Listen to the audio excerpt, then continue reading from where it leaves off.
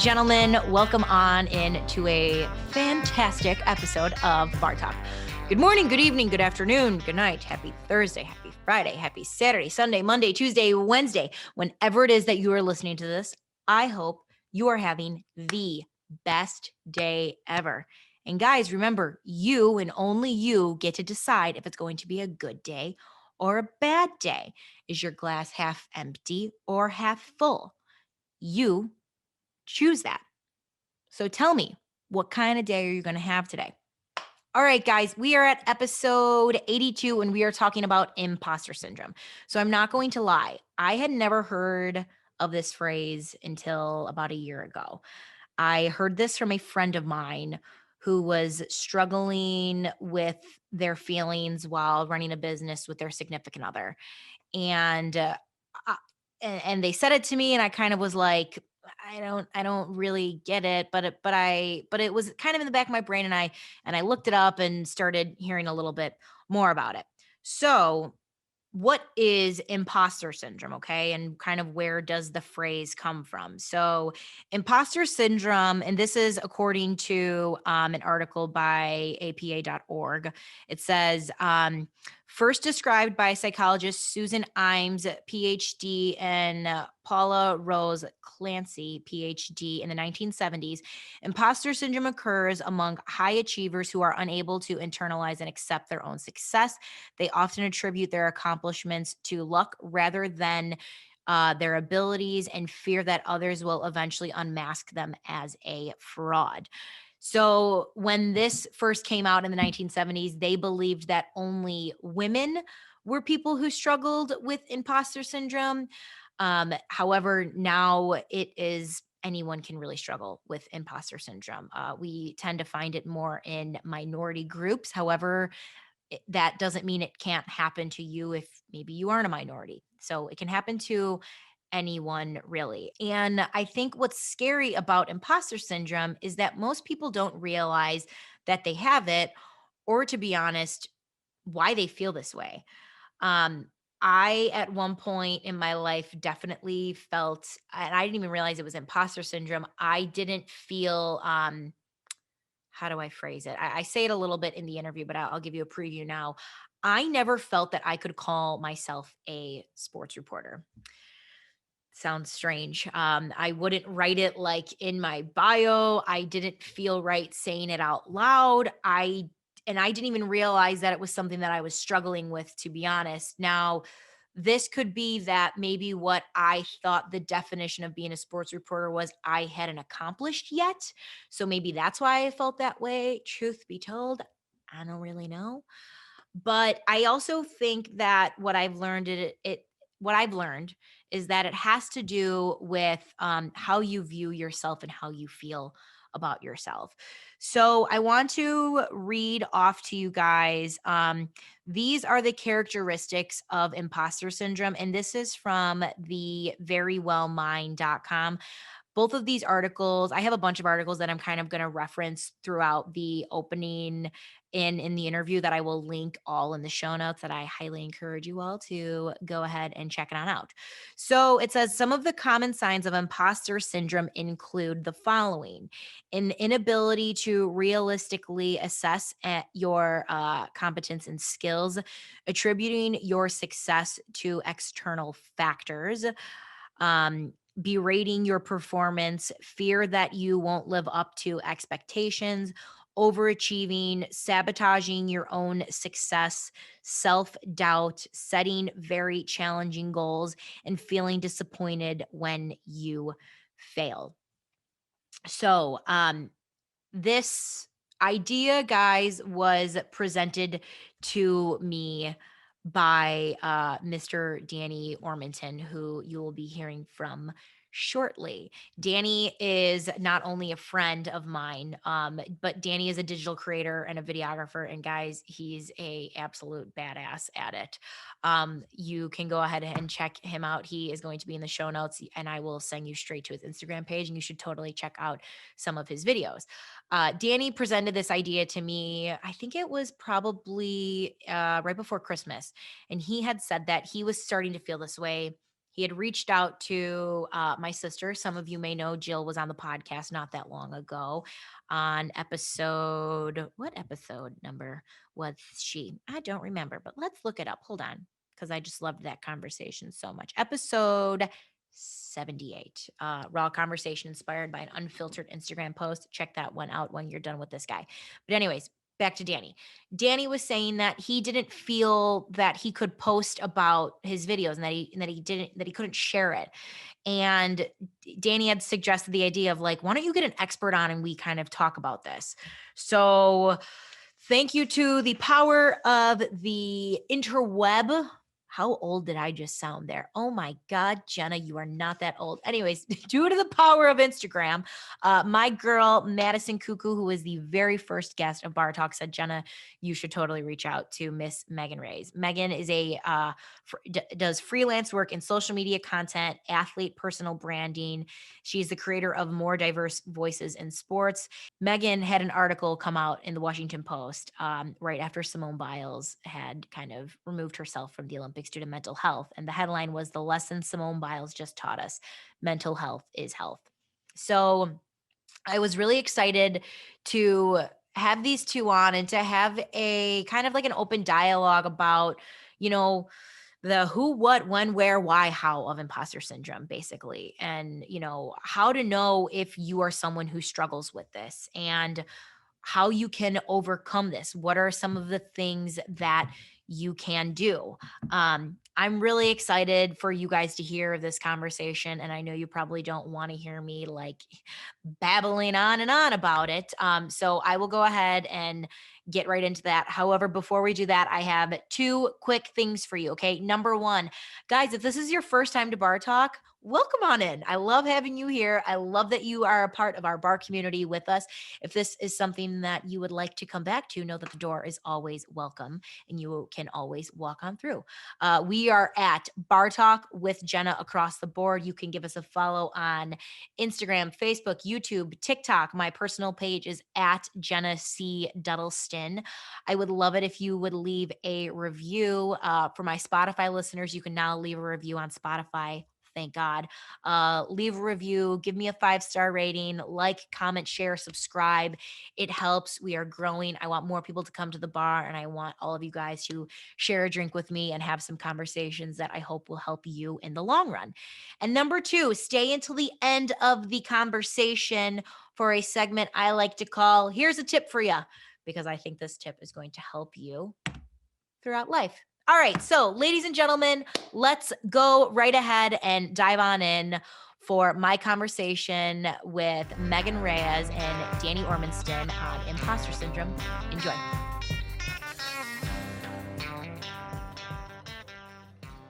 First question is, when was the first time you experienced imposter syndrome?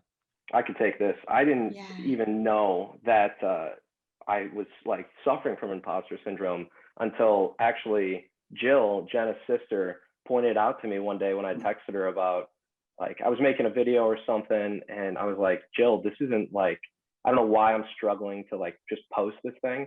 And she told me that it could be imposter syndrome. And it was like a light bulb moment where I was like, okay, there's a real reason. There's some underlying condition for what, what I'm feeling. And it helped, but I don't really have a whole lot of information about it. So that's why we got the expert. Oh, I don't know about all that. See, and then the irony of like being called an expert makes me like, whoa, I'm not an expert. Like, there's no way I could be an expert, because it comes down to imposter syndrome. I really think there are probably so many instances in my life and in my career that I had it.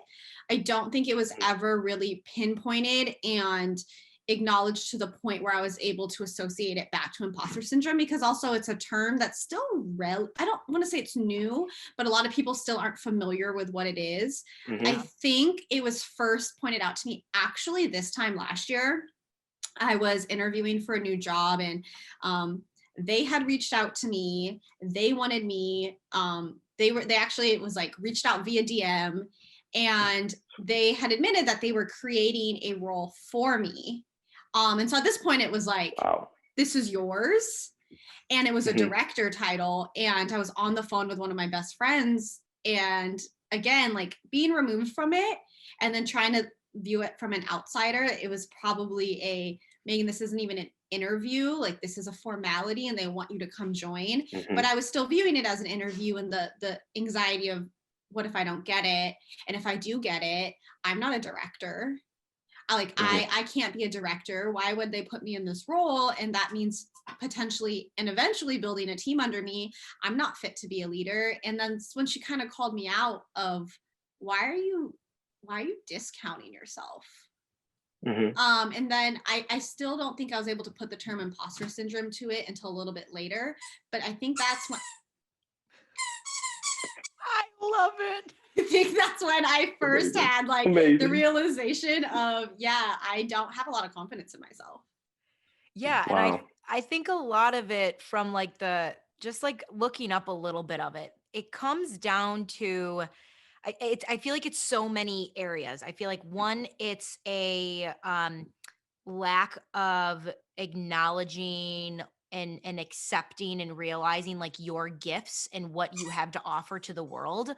I also think imposter syndrome is like, especially in the workplace, it's been created as this like, you need to fit this certain mold. And if you don't fit this certain mold, then you don't get to be a part of it, when the reality is you can do one thing a number of different ways and flourish and succeed in so many different areas of doing that one thing. But then I also feel like there's a part of me that's like, imposter syndrome is been put in place to like discredit and give people the disbelief that they need to be here and like almost like oppress people so that everyone else can stay up at the top, who's like at the top, and they're like, I'm fucking killing it up here. And it's like, well, no, you're not. But like, we don't even realize that we could be up here too, because you're telling me, and then by you telling me, I have this belief from what you're saying that I need to be down here. So it's this weird like marionette strings of like multiple different things I feel like imposter syndrome brings to the table. And to me, it's like, okay, how do you like, I don't know, I guess almost get rid of all the strings that have been unravel it. Yeah. Like how do you unravel it? So Megan, I want to go back to you really quick, because you had just wrote an article on this. So the timing of this to me is like perfectly divine. I love it. The article is called The Pattern. And you said, I've experienced enough gaslighting in my life that my confidence was eroded. I started believing I don't deserve good things. Can you open up a little bit about how these feelings started to like come to the surface and what it looked like for you? Yeah, absolutely. So again, the kind of irony with that piece, it took a lot of vulnerability to write, and especially from the personal aspect, it took a lot of vulnerability and courage to get on the internet and tell people, like I was in an emotionally manipulative relationship, emotionally abusive and manipulative relationship. And then also like, I don't like the term allowed. I'm trying to learn to not use that when it comes to gaslighting and imposter syndrome, because that then infers that we knew what was going on and we allowed it, because the problem is we didn't know what was going on, but that I was in manipulative and gaslighting workplaces also. So the irony of just putting that out there and then having imposter syndrome about putting it out there, because then for like a day and a half afterwards, I had so much of anxiety of like, did I just misspeak? Did I speak for the collective and speak incorrectly? Maybe my experiences weren't valid, but I mean, that's it. That if doesn't illustrate what I'm talking about right there, I don't know what does, because being in this space for so long, I've been doing some type of job in the sports capacity for 12 years. It's compounded. Like I'm almost 31. So that's almost half my life that I've been experiencing this in some way or another that I didn't know. But it's comments, and it's in some ways it can be considered microaggressions. And I wish I could pinpoint a specific example or even just like a specific phrase that's probably been used, and it might come to me in a little bit, but just those small comments that are made over time. And like I referred to in the piece, just even the you should be lucky that you have this job, or that so many people would want this job. Yeah. Oh my God, you should be so grateful because so many people want your job. Yeah. So it's that making you feel that you can't ask for more. Yeah. And it's like, I don't know. It's like that, you know, you just need to be happy with what you have. Yeah. Right. And so like when you get told that enough, and then it comes time for the example of I'm ready for a new job and I want to interview for a new job, you don't have the confidence because you haven't been empowered. And when you want to ask for things, it's we can't provide that, but you should be lucky that you're here because so many people want this. So you then are afraid to ask for more. And so that shows up in so many different ways when it comes to just even having the confidence in yourself. I mean, I can say I never advocated and even tried to negotiate pay in most of all the full-time jobs I've had because I didn't even have the confidence to. And it came back to the feeling of like, I'm just so lucky they're even offering me. I'm not even going to try and negotiate for pay when there's a good chance that like I probably could have gotten more. I just didn't even try. Yeah. And so it shows up in so many different ways, and it just affects your confidence in so many different ways. And I've seen and still see so many friends that stay in jobs that aren't serving them because they don't have the confidence to even apply for something else. And I even have to tell them like, what harm do you have in applying? But so many people are afraid to even apply because they just don't think it's fit for them. I feel like or they think they're kind of like locked down. Yeah. Right. Why do you feel like they're locked down, Danny? I just think that people get stuck in and this is probably more over in the corporate, you know, where you're trying to climb the ladder kind of roles, but they probably they have their superiors above them saying you should be lucky to have this job. And they're like, oh, well, I don't want to go ask for a raise and do something to possibly mess it up. So they're maybe just like running on the treadmill in their own position. Yeah. Good point. It's something that imposter syndrome is something that I've been trying to unpack on my own. And I think that's the number one problem of people that are trying to unpack imposter syndrome is not being able to talk about it. Because once you start bouncing ideas and you're like, oh, that time that my boss said that to me, that was really negative for not only just that moment, but like down the road. And I was the same way. I was in a really unhealthy job for like 2.5 years. And I thought that just by staying in it, I would be able to, you know, work out of whatever the feelings were. And it boiled over to the point where I was trying to wake up every day. And I'm like, I woke up, first thought was, how do I quit this job? How do I get out of this job? And that's a really unhealthy place to be. Yeah. So Danny, how has it affected you? Like now that you've kind of come to grips with like, okay, I have imposter syndrome. This is something that I'm going to say dealing with. I don't want to say struggling with because we're trying to push through it, right? So how has it affected you in like different areas of your life? Well, Megan, I'm a videographer, so I'm constantly creating things to be put out on the internet. And I think the imposter syndrome is like when I started making content, I didn't think that I could go in different directions and like try to make the things that I wanted to make. And now being able to unpack and I still haven't really been able to unpack it, but it's like I still don't post photos on my Instagram that are, most people would be like, this is an unbelievable photo. I still don't post it because there's something back, you know, behind the door that's like, I know no one's going to want to watch. No one's going to want to see that. That's not your style. Like, kind of things like that. And it's it's tough. It's tough. Yeah.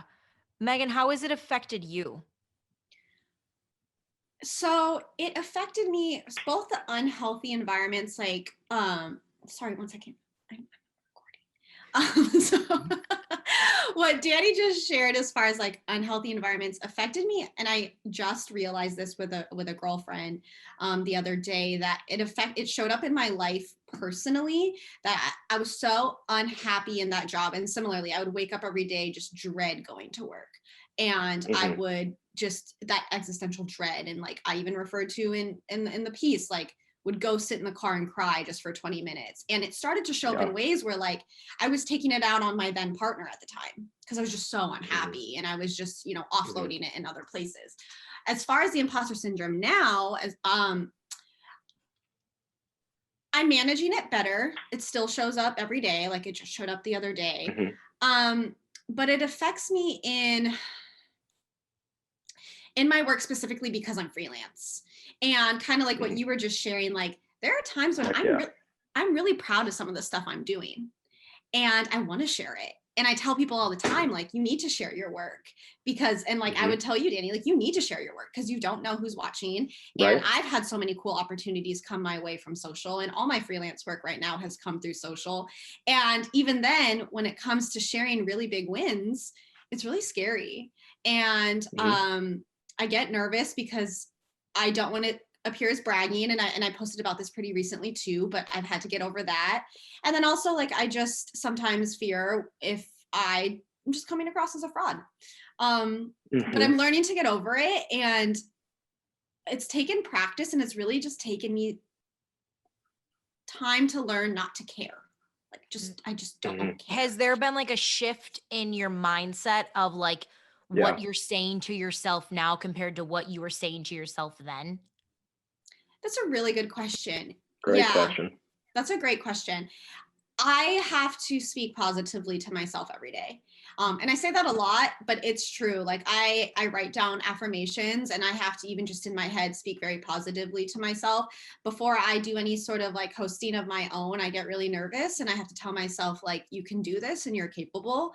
And so even in the small things like sharing a big win on social media that maybe I'm nervous about, or I don't know how other people are going to perceive it, or a great example is publishing the pattern. Like I had to talk to myself before I hit publish and say, your experiences are valid, and you are valuable. And just having to, and this has taken a lot of work in therapy, but yeah, that shift in mindset has come, and it's come from me acknowledging the scary thoughts and then also reminding myself of what's true.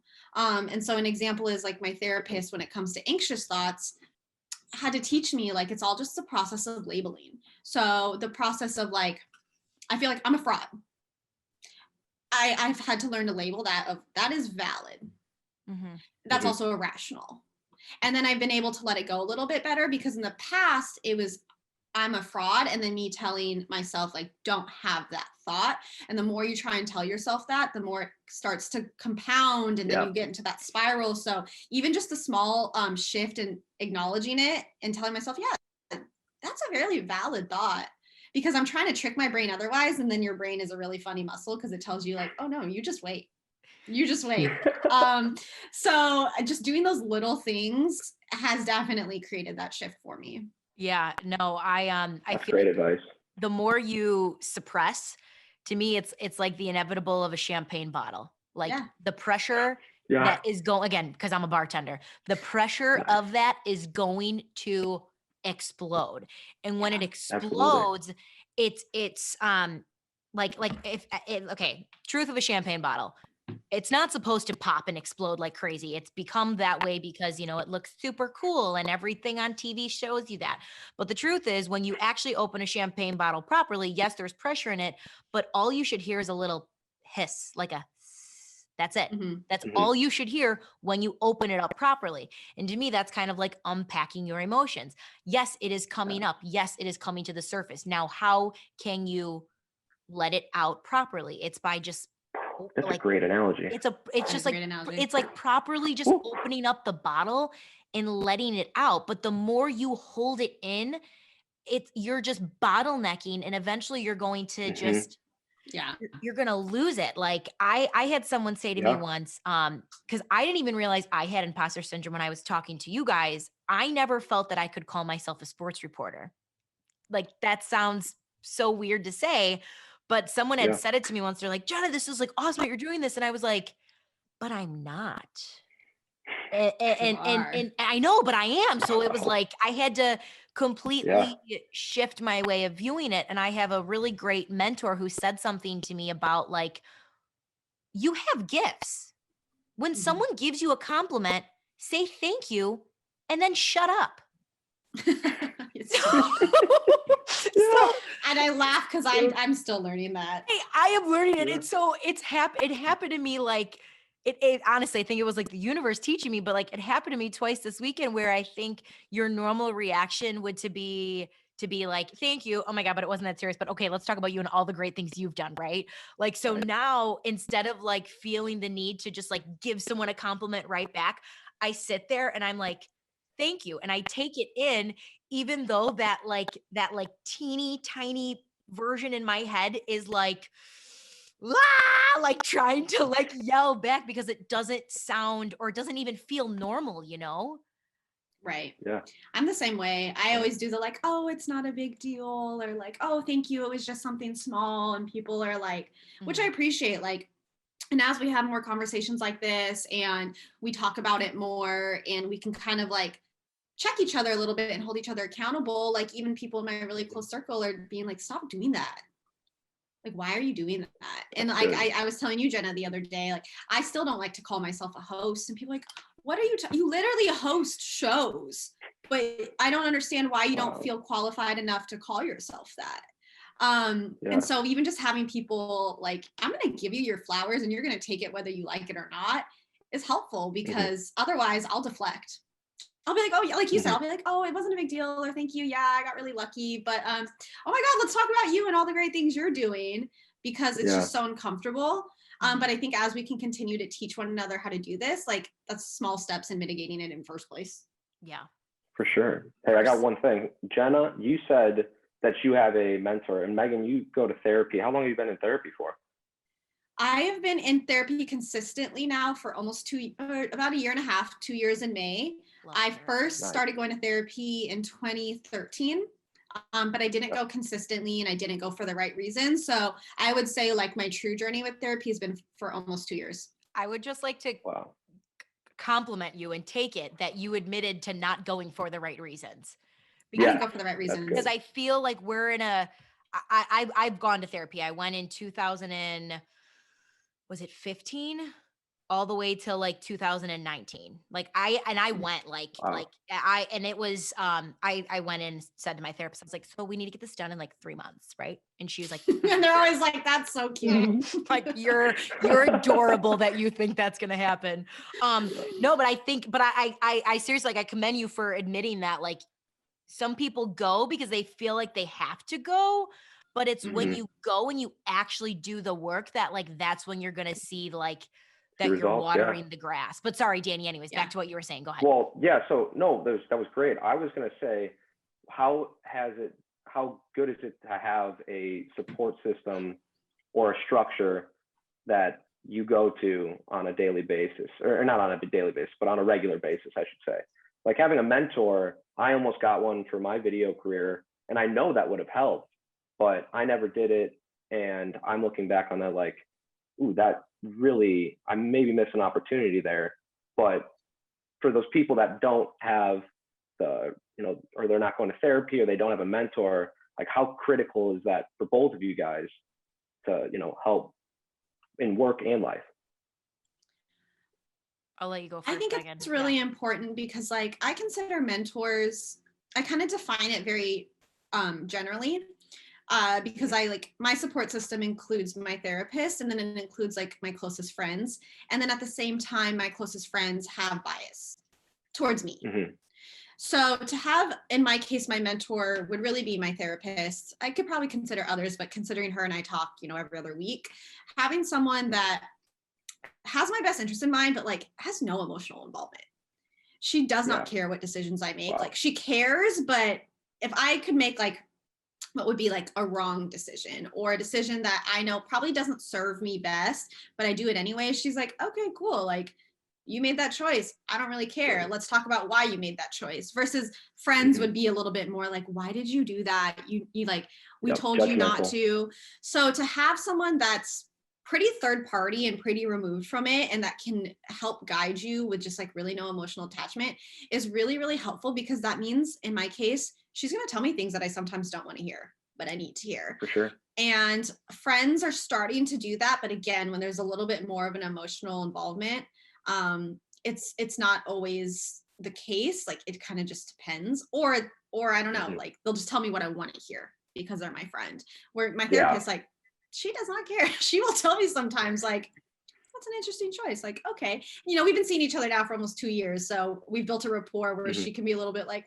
oh, okay, I see you did that. And you're like, I'm not going to judge you, but let's talk about it.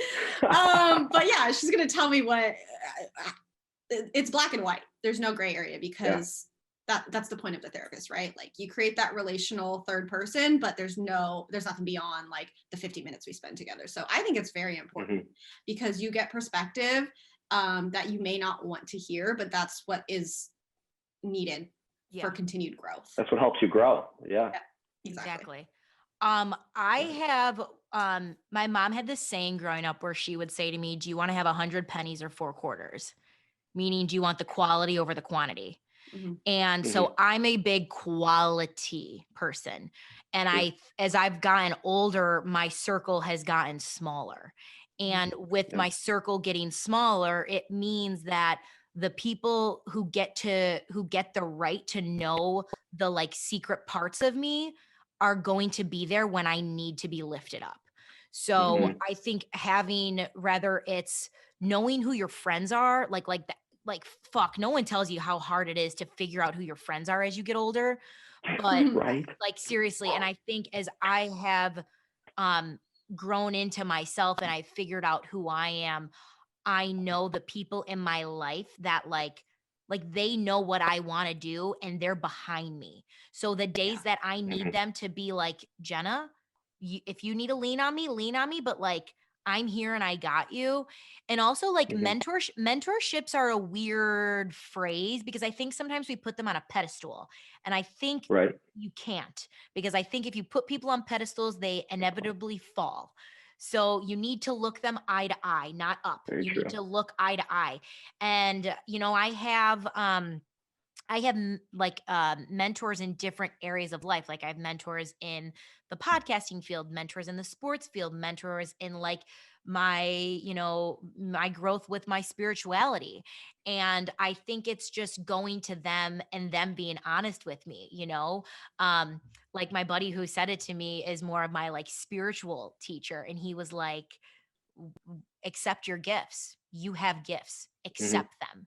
And, to me, the first time he said it to me, I remember being like, oh, fuck you. Like, I was so mad.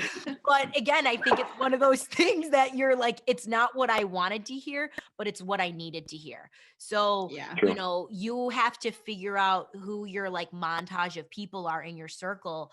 But I think mentorships can help because, as I started figuring out bar talk, there were things that my mom said to me that I like didn't. She was like, no, you need a mentor. So she helped me figure it out. So I don't know. I just think it's really, really important. Yeah. So this is a list of, sorry, sidebar. We're totally shifting gears. The 5 different types of people who suffer or fall under imposter syndrome. So there are the perfectionist, the superhero, the expert, the natural genius, and the soloist. So to give a 1-word phrase, so the perfectionist, never satisfied and always feels that their work could be better. The superhero, these individuals feel inadequate. They feel compelled to push themselves to work as hard as possible. The expert, these individuals are always trying to learn more and are never satisfied with their level of understanding, even though they are often highly skilled. They underrate their own expertise. The natural genius, these individuals set excessive, lofty goals for themselves and then feel crushed when they don't succeed on the first try. And then finally, the soloist is these people tend to feel very individualistic and prefer to work alone. Self-worth often stems from their productivity, so they can often they reject assistance. So I'm curious to know if you guys feel you fall under one of these or multiple ones of these. How many can I list? Yeah, like I think you're reading those off, and I'm like, yep, I did that last week. Yeah. Yep. Last video I made. Yep. It's almost all of them. It's crazy. Yeah. Perfectionism is 100% one of the biggest areas I'm trying to work on. Mm-hmm. I'm learning that it stems from so many different things. And as I've been like officially assessed and diagnosed with ADHD, I'm also learning that it comes from that. But in so many aspects of my life, even in personal relationships, perfection is a problem because I want to be perfect in every single thing that I do, that it means I don't show up as, or I didn't show up as authentic me because I didn't want to show parts of me that I was afraid that maybe if they don't like it, they'll walk away. And I mean, personally, professionally, I didn't want to show the authentic me. So perfection is a huge one. Like, if we want to come back to the example of the piece I published, do you know how many times I read that? Language matters. Do you know how many times I read that piece? Like just pouring over every single word choice, because one, the word choice in that did matter, but two, it's because I'm a perfectionist. Right. And so that is, I was going to say actually earlier at the top when we first started recording, I think another reason imposter syndrome is something I'm managing is because I feel like both as a perfectionist and then as both a double minority, as a woman and woman of color, I feel the added pressure to be perfect in every role that I do, because then it comes back to the like, well, I should feel I'm so lucky to be here, so I need to be perfect so that I'm not like pushed out and replaced by someone else. So perfection is something that I am managing every single day, and learning to accept that perfection is not the goal. It's something that I've been telling myself now for a while. But even all the other aspects, like I like to work alone because I'm kind of like, I'd rather just do it myself. And then when I'm alone on this island, I feel like I'm the only one because I just went and purposely isolated myself, and all the other things. Like at some point I've done all of that. So I don't know if there's like an all of the above answer or like a hybrid mix. But I relate to all of it. I know. I definitely felt the soloist one. And it's ironic because my intention for this year was to ask for help more, because I'm so bad at asking for help, because, you know, like you had said, Megan, it's like, I could just get it done. So I'm just going to get it done. And I don't want anyone to like touch or be a part of something that I'm doing, because if they're not doing it my way, I'm just going to be so upset. But it's like, yeah. But the perfectionist in me, I had to throw out the window really fast, because like, no, seriously, because as I was doing this and I was trying to like bust out episodes every week, it's like, you just got to get it out, girl. Like if you're going to sit here forever, it's never going to happen. Yeah. It's never. You can sit behind and edit videos all day long. Trust me. And that was like one of those things that I learned super fast, was because when I was at that old job, I was making 3, 4, 5 videos a week sometimes. And it's like, you can't sit there and spend 6 hours playing with the colors on one clip. It's like, you're going to drive yourself mad. And a lot of the times I've had to learn too that the small details I'm antagonizing over like are important, but most people are not going to notice it. Yeah, no one's going to see that. And so that's letting go of the idea of perfection. Okay, so we're back. I'm very happy. Apparently I need to upgrade my Zoom account to have longer meeting minutes. So we'll do that next time around. Not worth the money. Okay, that's kind of how I feel. I just don't think it's worth it. No, so I do want to talk about this really quick. I guess I will come back to it about, I read something in the Harvard Business Review that talked about imposter syndrome. And it said the answer to overcoming imposter syndrome is not to fix individuals, but to create an environment that fosters a variety of leadership styles in which diverse racial, ethnic, and gender identities are seen as just as professional as the current model. And this made me think about, honestly, when I was a kid. So I played travel volleyball for 9 years of my life, very long time.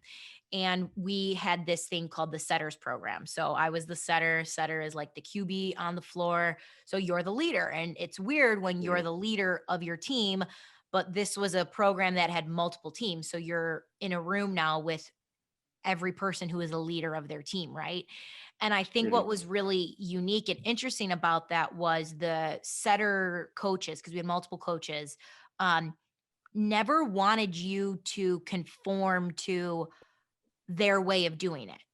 Meaning like, a setter can set in multiple different ways. A setter can communicate with her hitters, with her team in multiple different ways. A setter can make sure that the job is getting done in multiple ways.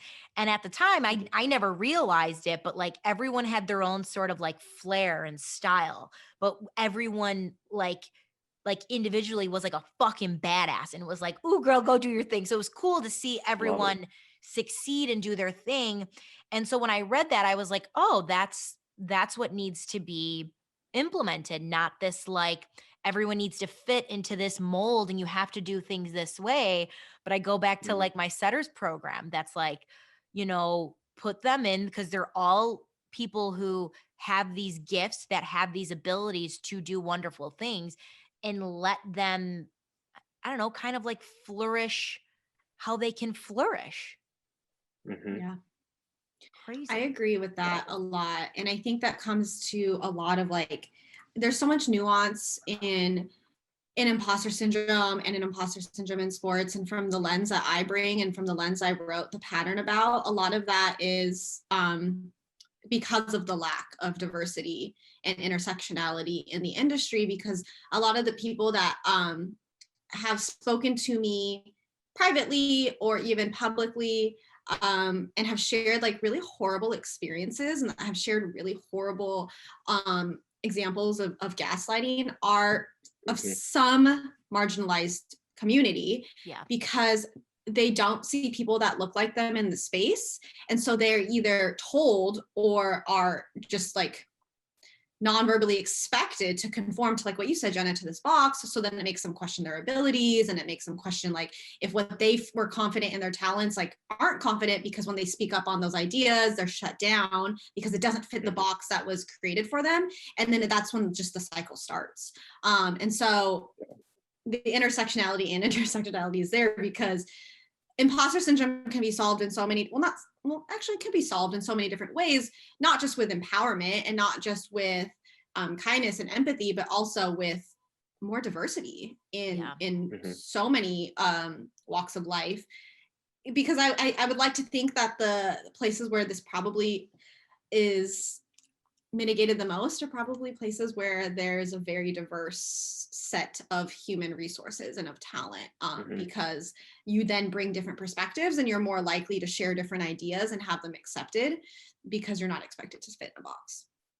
True. Yeah. No, I'm thinking about how hard it would be to change all of these different avenues for these different industries. I mean, that's a lot of work to be able to remake, to get everybody out of these boxes. It's quite a challenge. Wow. It's going to take a really long time. I think it's learning to like to me, because I was thinking about it, I'm like, okay, so like how do you, what's the, how do we leave people with the glasses half full here, right? Like how do we let them know like there's things that can be good moving forward, whether you're someone who's, in a management role, someone who's just getting started. And to me, it always goes back to the self. It always goes back to like you individually. And I think it's, Megan, like you said, write those affirmations, like look yourself in the mirror. And like my girlfriend's reading a book right now called High Five Yourself in the Mirror. Like, I don't know, there's something about like giving someone a high five that just like boosts your endorphins. Okay. We're like in a sports talk right now. It's like, there's nothing greater than like doing something that's like great. And then just like high fiving the crap out of your teammate. Cause you're just like, hell yeah. Right. And so I think it goes back to like, figuring out like what your gifts are and really making sure that like, even though we live in a world right now where everything is so of the comparison game sometimes, this is okay to put your blinders on. And this is okay to just focus on your path and realize that what you have to offer is necessary. Now on the like nurturing this environment from people, we have to let people just be who they were meant to be. Mhm. And that's and again, I know there's so many other ways that we can like delayer it, right? And when it comes to it, and honestly, this could probably be a whole series of a podcast if we wanted it to be, but because we're trying to crunch it into an hour time frame ish, I just think it's really important that, you know, like it's like you need to be willing to hear people out that do things that you wouldn't normally do. But just because you don't do it doesn't mean it can't get done properly. Yep. Yeah. Yeah. Yep. So we'll end on this. I gave you guys a little heads up. I normally never give people heads up on a question, but I really wanted you guys to both think about this. Yep. What advice would you give to a person that is working on overcoming imposter syndrome? I could take it first. I think the advice that I would give, and what I'm also going to take away of, is once you recognize that like that could be a reason that you're feeling bad about, you know, let's just say the work environment. Like if you acknowledge that it could be the work environment, it'll empower you to then go and make a change and grow within yourself. I think it recognizing it and then saying, hey, this makes me feel bad, but all right, let's figure out how to not feel that again. That's a way healthier way of overcoming it, I believe. Love that. I think that's a really great point, Danny, because again, I like to use the term spiral, but like that's where a lot of people get lost in the spiral because they aren't sure if it's themselves or if it's the work environment. But even taking the first acknowledgement of like, there's accountability, right? Okay, nuance, layers and everything. But if you can take the first step in acknowledging like, I don't think this work environment is serving me, then yeah, then you can take the step of let's look elsewhere. What's best for me? Yep. I would also add that one thing I found really helpful is in addition to affirmations is I also try and do daily, which I haven't been keeping up with, but if not weekly, like gratitude. So what I do is I write down in my journal, like all the things I'm thankful for personally and professionally, but even things like I did this, I did, like writing down your accomplishments, and no one has to see it. And I think there's a lot of upside in that, because the first fear, like I was saying earlier, is that people are afraid to publicly share things they're proud of. But if you can just share that within yourself, whether it's on a note on your phone, on a piece of paper, on a journal that literally no one has to see, and just continuously write down, like this week, these are things I did, like I did that. And with practice, you'll start to see like, I'm really good at what I do. Like I have gifts, and I write down opportunities that have come my way, work I've done that I'm proud of, like conversations I've had, just even small, nice things. Like somebody texted me the other day and said that they saw a stranger at a restaurant wearing my shirt. Those little things so to cool. Then like create that practice of, I'm not an imposter. Like, look at this whole journal of things I've done. And I think that's a really good step, because it doesn't require having to share it publicly, because we know that there's so much fear that comes in that. But once you start to realize and can look at it yourself, then you're going to start to build that confidence and start to like push that imposter syndrome away. I love that. Dang, that was solid. That was what about great. You, Jenna? Yeah, what's yours? Oh God. I think it's like, tell yourself, like you deserve this. Mm-hmm. Like, and you know, I'm a big believer. When I started doing this, I remember I was getting ready to interview, oh my God, I feel like a jerk. I can't think of his name right now. An anchor from ESPN. And I was freaking out like the day of. And then I finally stopped those negative thoughts. And I said, Jenna, the universe wouldn't have put this opportunity in front of you if you weren't ready for it. You may not think you're ready, but the universe is telling you you're ready. So when you're there, it's because whatever your higher power is telling you you deserve to be here, whether you realize it or not. So that has been, I feel like, my secret sauce, will say, of like, you know what? I may not think I'm supposed to be here, but someone up there is saying like, girl, you supposed to be right here right now. And I'm like, all right, let's do it. So I think it's realizing that like you deserve to be exactly where you are. I don't think you realize how much specifically I needed to hear that right now, because I have an interview on Friday that I was presented today, like hey, Meg, we have this interview. You're the first person I thought of. And all day long, I'm like, I'm not ready for this. I'm terrified. Wow. So you even just, and again, I can talk about imposter syndrome and I can acknowledge it, but I still am managing every day. So like you saying that exact example, I'm like, oh my God, I needed to hear this so badly. Cause you're right. That's like awesome. I may not think I'm ready, but I didn't even ask for this. I didn't know about it. I didn't seek it out. And it was brought to me for a reason, because I'm ready more than I realize. I love that. Wow, that's great. I love that. I love that. Okay, I will leave it on this. Do either of you two have any closing things you would like to say that you feel is important for whoever's listening to this to know? I'll just say, I think it's really important on a topic like this to remember that you're not alone, because so many people think that they're the only one feeling the way that they are. And so I will just leave it with like very simply, you're not the only person that feels like they don't belong. And so I will reference the tweet that I put in that piece of talking about like, you think you're so clever that you tricked a whole room full of smart people into thinking you belong. If you don't, like, that probably means that you belong, and you do. That's awesome. I'd say just talk about things and start having the conversations. I have felt so much better about every part of tackling this imposter syndrome since I started talking about it.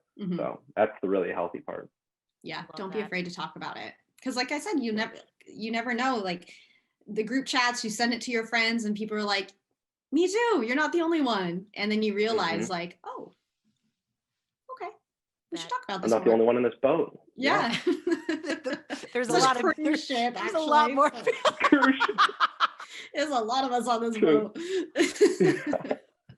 Raise your hand if you are boarding the cruise ship. Yeah, I've been on this cruise ship. All right, guys, I hope you enjoyed that as much as I did. Honestly, my gratitude today is definitely for Megan and Danny for being so open and honest about talking about this. Because, guys, this isn't an easy thing to talk about. No one likes to admit when they don't feel I don't want to say that they don't belong, but when you have self-doubt, like that's a very scary thing to open up about that. So I'm very grateful for the both of them for sharing that with you guys and with myself. So Danny and Megan, thank you again. So I wanted to leave us guys with one more thing, because honestly, I thought this article was so important. And I said it, I'm going to link it in the show notes. But from verywellmind.com, it says coping with imposter syndrome. To get past imposter syndrome, you need to start asking yourself some hard questions. They might include things such as the following. So these are 3 questions that are brought up in this article. Obviously, there are more questions that you can ask yourself.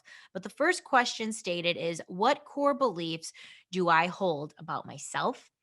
Number 2, why do I believe I am worthy of love as I am? And 3, must I be perfect for others to approve of me? Ooh, that one kind of hit me a little bit. Ooh, God, yeah. Must I be perfect for others to approve of me? Why do you feel that way? So again, guys, these are all questions that I encourage you to ask yourself, to take that, take that dive within. Maybe you're not ready to fully dive in. Maybe you're just ready to dabble your toes in, and that's fine. Do what you got to do, but start asking yourself these questions if you feel that you suffer from imposter syndrome. I would also like to encourage anyone who is listening, if there was something that came up for you that you're going to start implementing in your day-to-day life that you think could help others, please DM me and let me know so I can share it with everyone. Okay, I said I had a tip for you guys. So here's a tip for you. You don't need to see karma happen to know that karma is happening. That energy you are putting towards hating someone else and trying to make sure something terrible happens to them, guys, stop. It is wasted.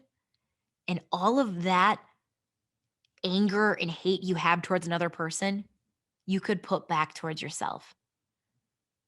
Put that energy onto you and great things will happen for you. Let the universe do its magic. All right. Karma is real. Karma exists. Let the universe do its thing. Sit back. Have a pina colada. Smoke a cigar.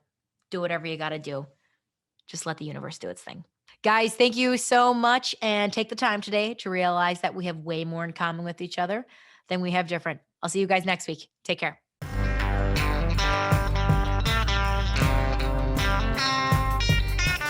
Hey, everybody, it's closing time. You don't gotta go home, but you can't stay here.